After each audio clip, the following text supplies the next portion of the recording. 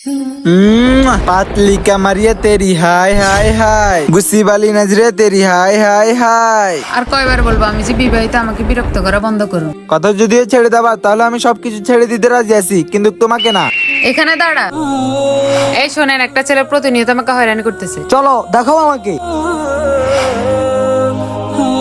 এই তো এই ছেলেটা। শুন ভাই, তুই আমাকে দিয়ে যা ইচ্ছা তা করিয়ে নে, কিন্তু তোর বউয়ের সাথে আমার বিবাহ করে দে। আচ্ছা ঠিক আছে ভাই, আজ থেকে 41 দিন পর আমার বউয়ের সাথে তোমার বিবাহ করাই দিব। আচ্ছা আমাকে আগে কি করতে হবে ওইটা বলো। তোমাকে টানা 41 দিন পর্যন্ত 5 ওয়াক্ত নামাজ পড়তে হবে। আরে শুধু এতটুকু কথা? আচ্ছা ঠিক আছে, তোমার সাথে 41 দিন পর দেখা হচ্ছে।